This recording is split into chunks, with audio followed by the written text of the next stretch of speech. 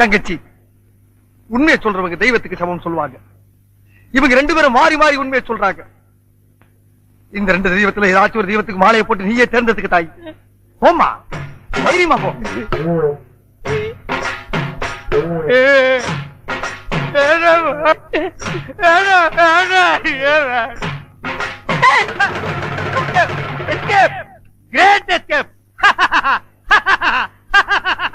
மாப்பிள, என் மணிமேகலை கண்ணில இருந்து கடுகளவு கண்ணீர் வந்தால் சரி, அதுவும் சாவுக்காகத்தான் வரணுமே தவிர அவ வாழ்க்கையில வரப்படாது. ஏன் சிரிக்கிறீங்க? நீ செத்ததுக்கு அப்புறம் தான் உனக்கு மாலை விழும்னு நினைச்சேன். இப்போ உனக்கு மாலை விழுந்தா என்ன அர்த்தம்? நீ ஒரு போனமுன்னு அர்த்தம்.